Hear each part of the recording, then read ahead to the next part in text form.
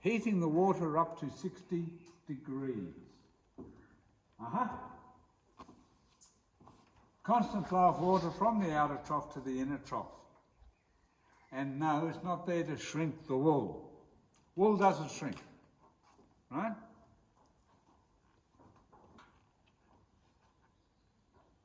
In the first trough here is a soda ash detergent made on site. Plenty of ash outside. Don't know where the soda came from. Okay? Made just down there. In the second trough is a gentler detergent. And in troughs 3 and 4 down the line, they're rinse troughs. So your process is wash, wash, rinse, rinse. Cool. Now the process. Our wool's out there, yeah? Bring the bar of wool here, put the bar of wool there. Fred and Joe, say good morning. Good morning. Would open it up, pick out a handful of wool, tease it open, put it on there. Handful of wool, tease it open, put it on there. Handful of wool, tease it open, put it on there. That's all I'm going to say. Because they do it for 12 hours a day. Gee. How many bales would they get done in a day? Okay. You're still racing ahead. 2 bales. Right, Fred and Joe would take 1 hour to process a bale. How long did it take to make it? 10 minutes. 8 to 10 minutes. That's why the wool went out there. This process is just too slow.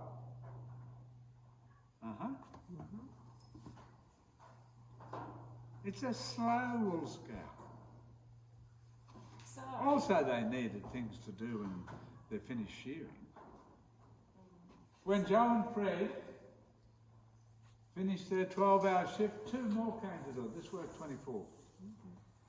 Yes, ma'am. so you've got your bale of wool over there that's been weighed. Yes. When they get down the end, is that the same weight? Are they expecting the No, same you weight? lose 40% of the weight here. Oh, you lose 40%. Wow. Yeah, dirt, dust, lemon, all that stuff. Okay. And would it be bad? Oh, we're going to get down there, I know. I'll save my question for when we get down there. You'll forget it, do I was going to say, do they then bag it again in a bag like this? I'll Get tell down you. there? I'll tell you. I'll tell you. Maybe a clean bag. A clean bag. Maybe. We'll see, won't we? Did they also separate out the lanolin and use that as a... No. No?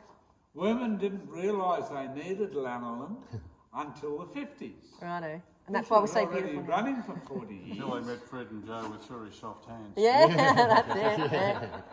Yeah. Some of the time. The other times they hurt like shit because of all the burr. Yeah. I've actually handled wool with gloves on because of the burr. Okay, we go this way. I think that was Fred. Knocking on the rafters. There we go.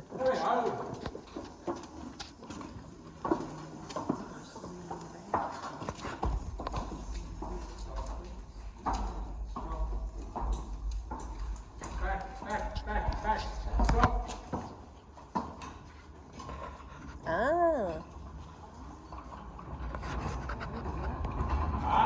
That's why you stop. Now it's very noisy at the moment. This is noisy for this. It would be very quiet. We'd have work to do. It would be around. It's only worked for 70 years in non-stop, so yes. It's got a little bit of work there. This was made in England in 1907, 1908. Brought out here in boxes with no parts missing. You get that today. You wouldn't. Nah. You see how it pushes the wool down? It pushes the wool down, lifts up, goes back, gets to the next load. This is working about half speed. Now the wool gets pushed down the top to the big rake at the end. The big rake at the end's job is to push the wool through that set of rollers. underneath all of this is a big drain. Water gets squeezed out of the wool. It goes down the drain. The wool goes up a conveyor belt to the next one. But those unfortunately is not there. You know? And that happens all the way along. These two guys down here, they touch the wool. It's not touched again until way down the other end. Okay?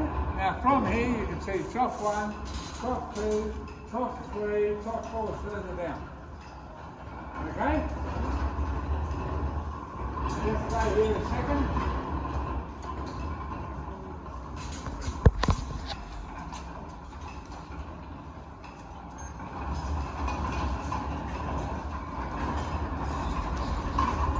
Remember I said 1915.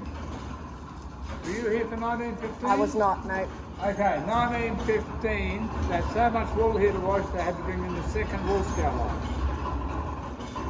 Okay, this is the second wool scour line, this one. They'll bring a bar of wool, put a bar of wool there. One fellow would open it up, grab armfuls of wool, throw armfuls of wool in. Ah. A lot better than down there. Mm-hmm. Picked up by the pins on that conveyor belt. Then out by the rake at the top to a thickness required for washing. Then it would fall over into the wash tubs.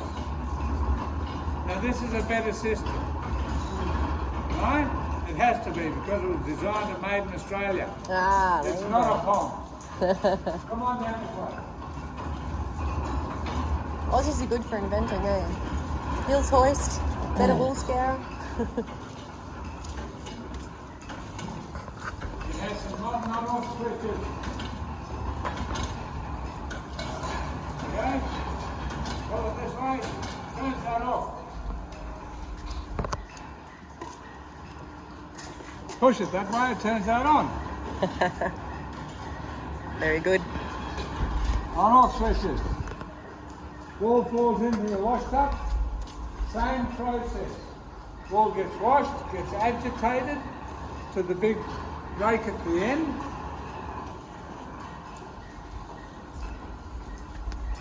Another on-off switch.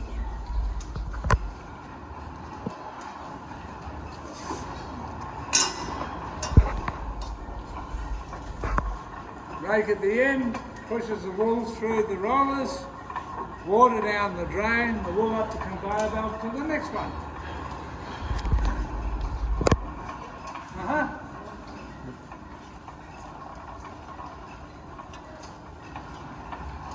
Come on, off switch.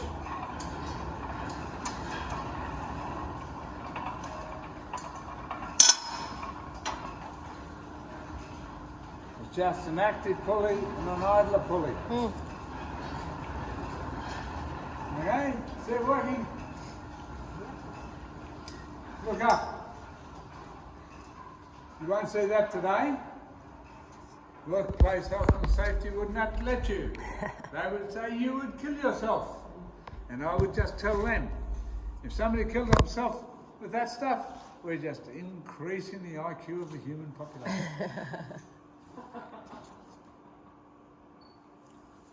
Okay, come down here.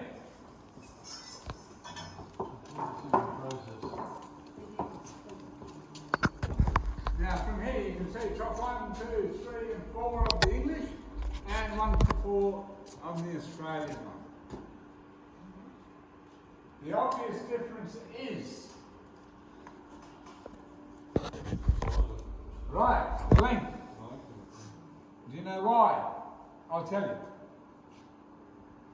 Aussies know how to wash better than Poms.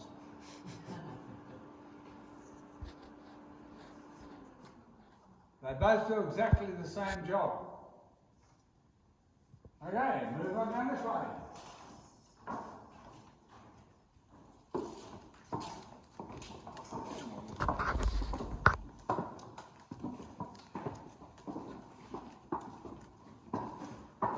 That'll be a sneaky one.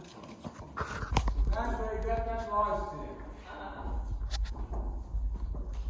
here. Like clear you. It's not exactly a little operation. No, it's huge.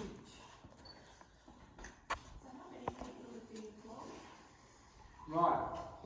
They could have up to 20 shearers. That means there's 40. If there's 20 shearers, there's 40 in the shearing shed. Right? And in here, they had about 12 each shift.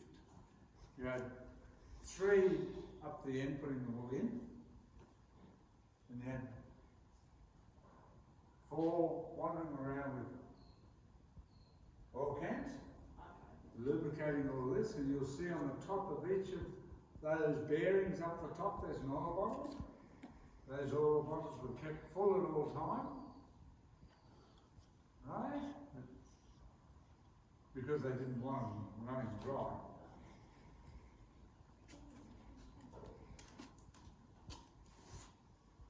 And they would have had people outside stoking the boilers too. Oh yeah, Yeah. yeah. 22 wood cutters and a couple stoking the boilers Yeah. and a couple of steam engine drivers. Right? So yeah, there was reasonable employment around here. Where did the wood come from? Out there. Out there? Yes. Towards the end, they were running out of gidgee wood down there. They got some gidgee wood out of between here and town. What's the gidgee tree look like when it's up? Is it a big, like a big eucalypt, big No, gum tree? the trees you see around here,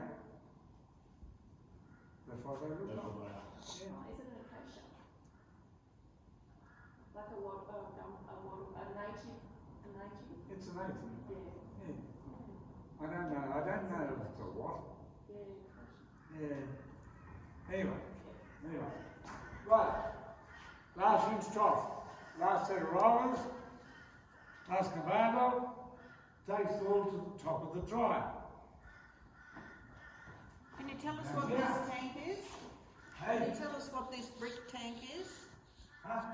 This brick tank here. Oh, yeah. That's a fellmongering tank. Yes. Oh, you read that? You said that, but then you said it lied to us, so I Yeah. want you to tell us what it's for. Okay. There's a big one out the back, but that doesn't help you. Right, you got shearers shearing sheep. You got shed hands handling the wool. You got a presser, a classer, and hanger-oners. That's your shearing team. They traditionally live on site. There's quarters over there, a cookhouse, showers, and loos. Okay? They live on site. You got to feed them.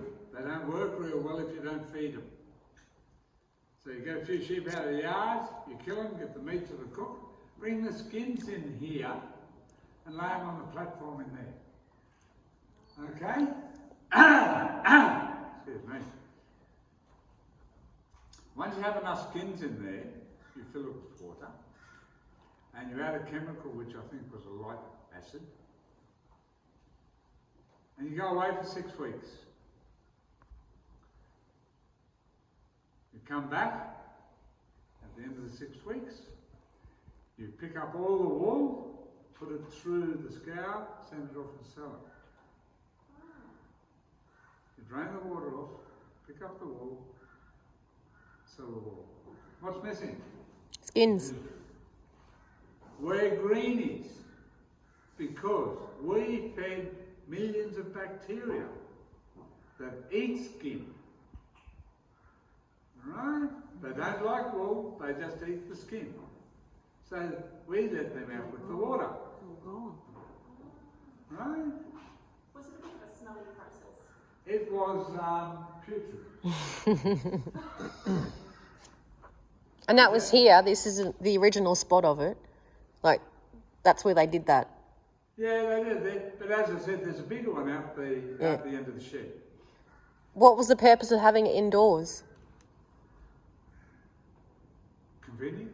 Yeah, but it'd be more stinky, right? But the people who built it don't work in here. Aha. Like most, Had this all going on, like but most that's the architects, restaurant in the background. good in their office, Yeah. not good on site. Nah. Cool. Is that what told? Is that what it said on the thing? Pretty much. Oh, it did. Didn't I? Well done. You remembered. Didn't put it so graphically. Oh, It didn't mention the red future No. Or stick. or flies. Oh, is that why all the flies come from Blackall? this. Hey? Is that why all the flies come from Blackall? There's no flight out here at the moment. Not at the moment. Which No, way are you right. headed? You're going west? No. Go west, you'll get more flies. Oh, whatever. This is a Hay dryer. dry, right. So our wall goes to the top and it comes down 5 levels. Right, getting dry. Because underneath there is 160 steam pipes. Now steam itself doesn't dry anything, it's a wet heat. But you have a blower here, blows over the steam pipes, getting hot air going up through the wall. Uh-huh.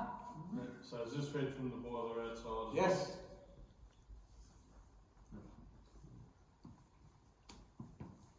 And so the wall somehow moved down layers. Yes. Okay. Come over here.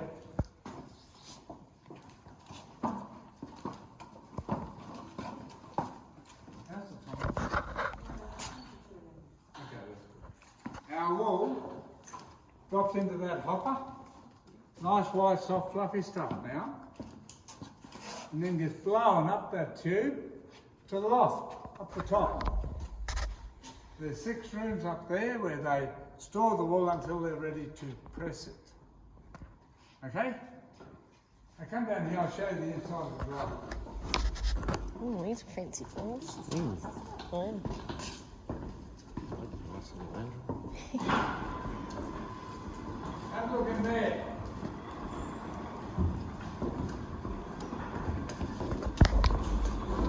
Is that real wool? Oh yeah, but I don't think it came out of here. It's very felted. Yeah, yeah. Yeah. So just watch the tray inside. You'll see it moving.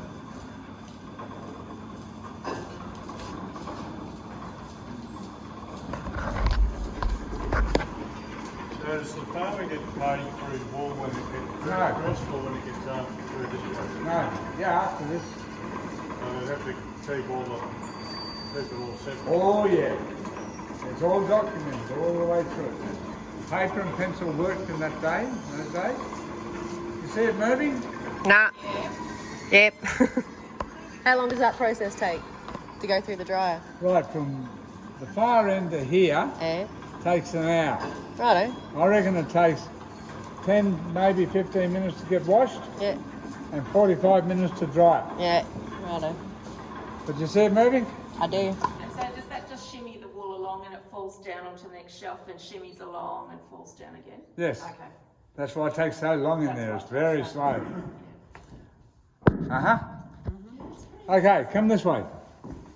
Where's our wall now? Up there. Up there, right. Therefore, we come over here. I'll turn the light on properly.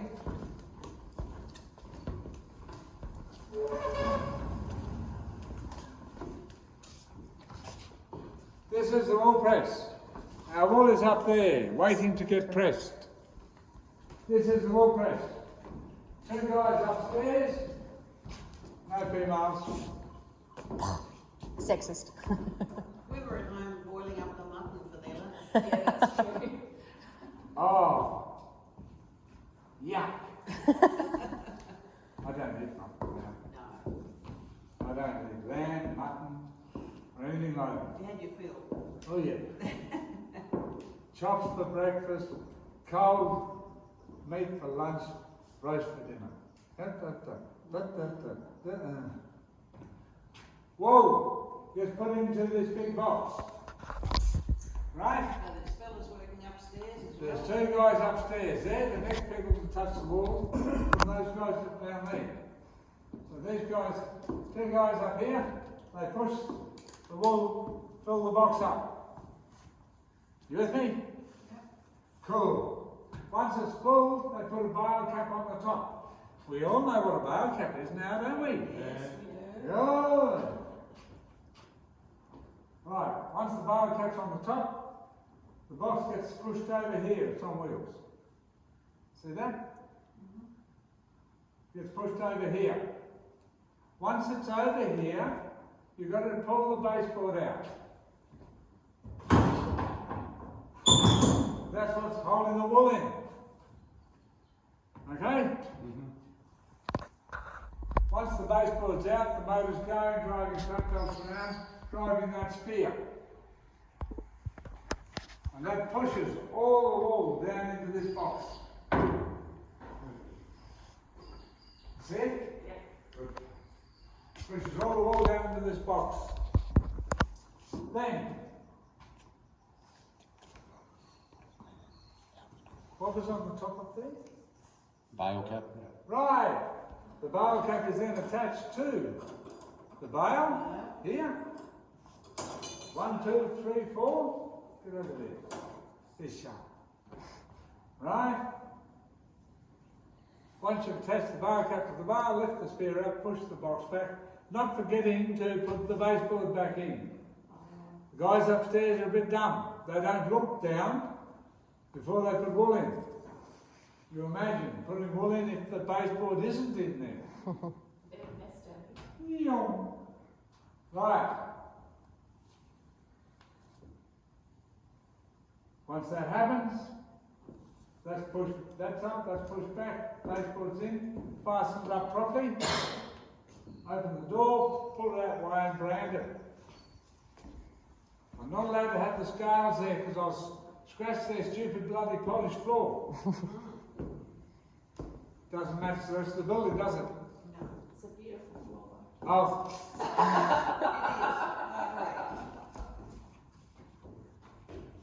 The bar goes from there and over here.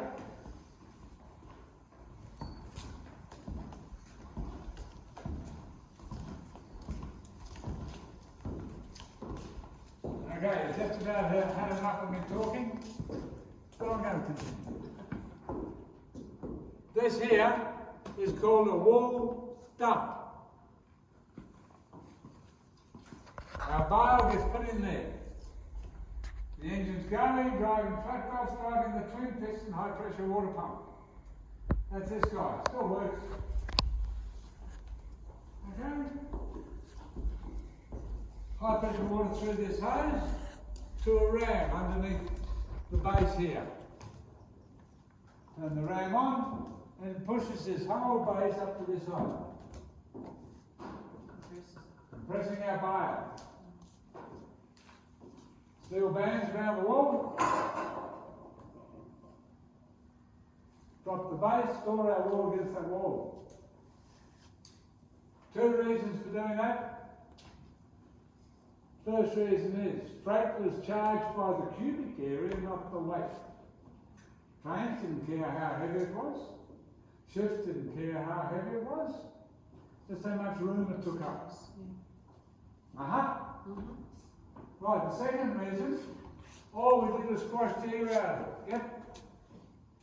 We didn't want to put our bloody good Aussie air. Tommy Lambs? No. Right. Our wool's over there, whistle up a train, there's train tracks just outside there. Whistle up a train, load the train with the elevator.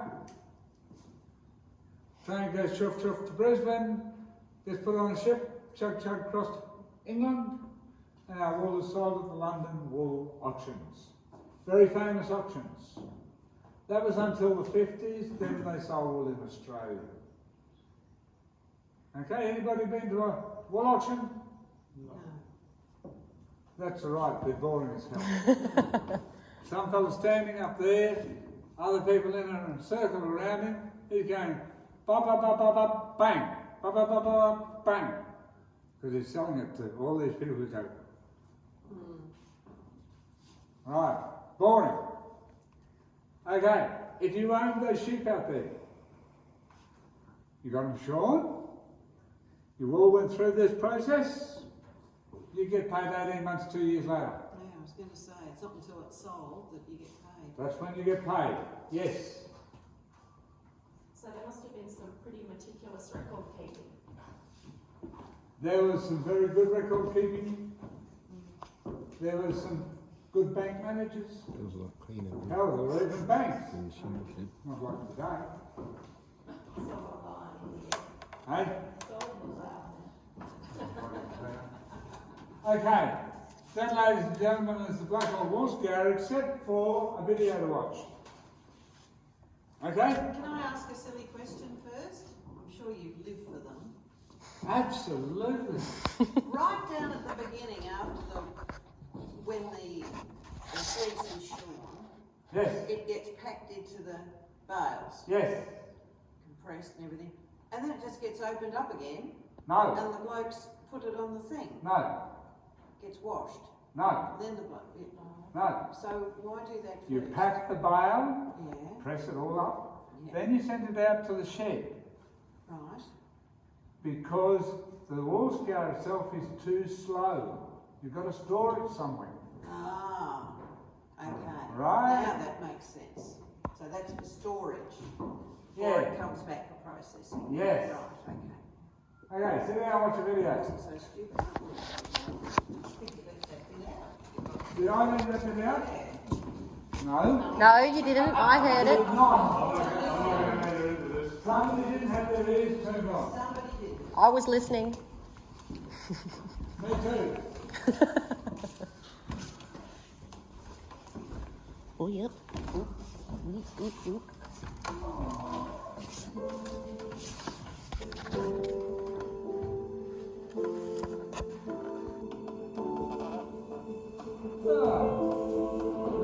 That's a time out. That's good. Is this 10 minutes, Ian? Sorry? Is this 10 minutes? No, not good. Not long. I don't know where Blackall would be today without it. There's just nothing like it, so intact. The closure of the wool scour in 1978 signalled the end of an era. But for the local residents of Blackall, a new journey had begun. With rust and weather soon taking its toll on the buildings and machinery, many dedicated Blackall residents came together to resurrect the old site. But turning this street into a reality was a task that demanded much effort over many years.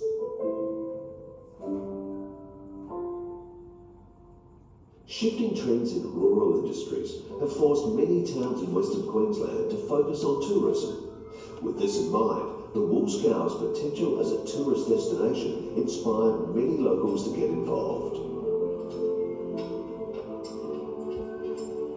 You've got your direct link to our pioneering part, our wool industry.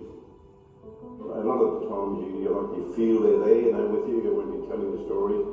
And a lot of tourists will tell you that, it's got that feel about it. The whole community gets the benefit of tourism. It all goes round. Everyone spends money in the town. It's just a special place. They can't believe what we've got here. It's the only one there is of 52 that were in Australia in the day. It's an icon. It's the last one left, so you couldn't just pull it down and dismantle it and sell everything to scrap. You won't see another one, and it's original. Everything you see here is from 1908. It just represents the Blackall area so much. It's a very natural tourist attraction too, because it's something that's really happened and really there. And it's to keep the knowledge of those eras alive. The wool scour's conservation began when local residents took steps to save the ageing building. The first step was the formation of the Historical Wool Scour Association in 1989. Their goal was to care for and protect the only remaining steam-driven wool scour in Australia and to promote the scour as a tourist attraction. Over the years, the Historical Wool Scour Association has worked hard to secure funding. An early mission in 1989 was a charter flight to Canberra to present their case to the then Prime Minister Bob Hawke. We actually secured $100,000 from Bob Hawke government. We did a trip and we ran the gauntlet of the Parliament House for about 2 days. And we didn't get the money then, but we made a lot of valuable contacts.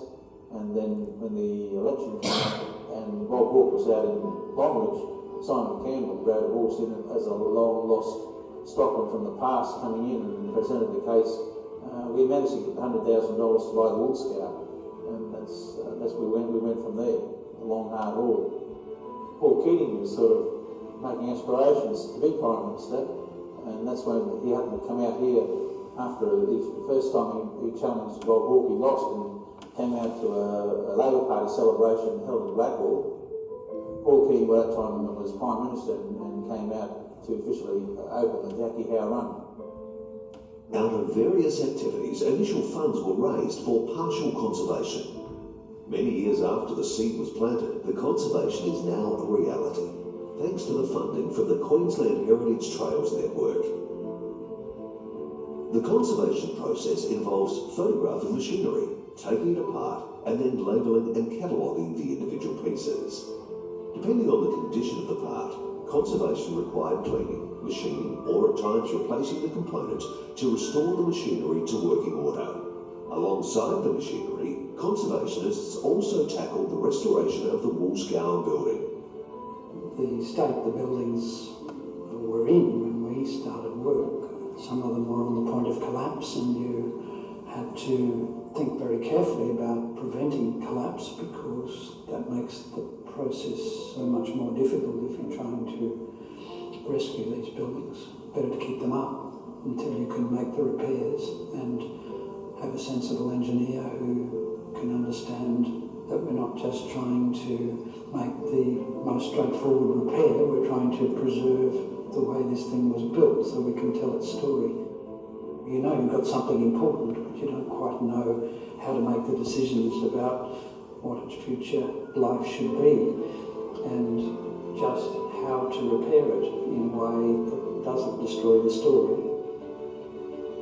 We spent initially a couple of weeks on the site. We'd get up at 5 o'clock in the morning because it was hot. We'd get there nice and early, and often we'd find ourselves crawling under the buildings commando style, just on our bellies, and getting close to the building like that was important for obviously understanding condition. You had to work out, which stumps needed replacing, which of the floor framing needed replacing. You had to understand the condition of every part of the building, but also I think it gave us a really personal, connection to the place. I mean, you knew every inch of it, and that's something really special about that.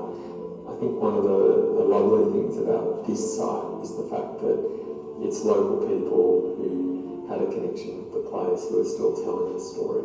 I think that's so important, and that makes it different to another place where you still have those real people, those real connections. In 1908, the Blackall wool scour opened.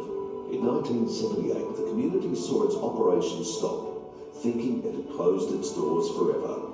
But over 20 years later, with the help of many dedicated people, the Blackall wool scour is reborn for future generations to enjoy. It's one of the few places you can travel anywhere through the Central West that's really authentic. Now, the other places tell very good stories. This is real, and you can't mistake it. Like when you start doing a tour through here, it's not contrived and put here. It's actually a little tunnel, a little glimpse through into the past, and you actually join that for a little while. It might only be for an hour, but you get a glimpse into the past, which you can never ever recreate if you build it new. We couldn't let this go. It's only a small town, and everybody seems to enjoy coming here. They always tell you when it's finished and all that, it's really good, and I'll tell everybody else really, and that's what we all like to hear.